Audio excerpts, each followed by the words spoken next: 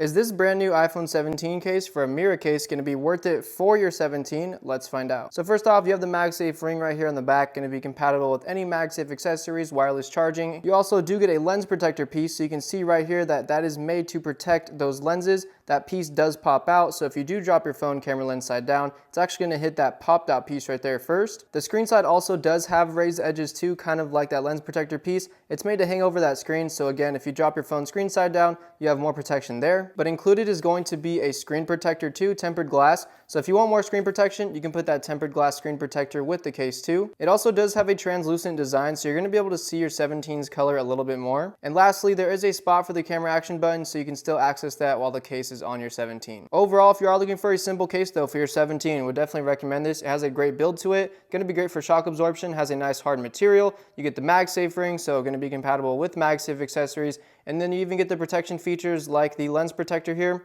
and then the screen side also protected, especially with that tempered glass screen protector that it comes with. So yeah, I think this would be a great daily case to use on your 17.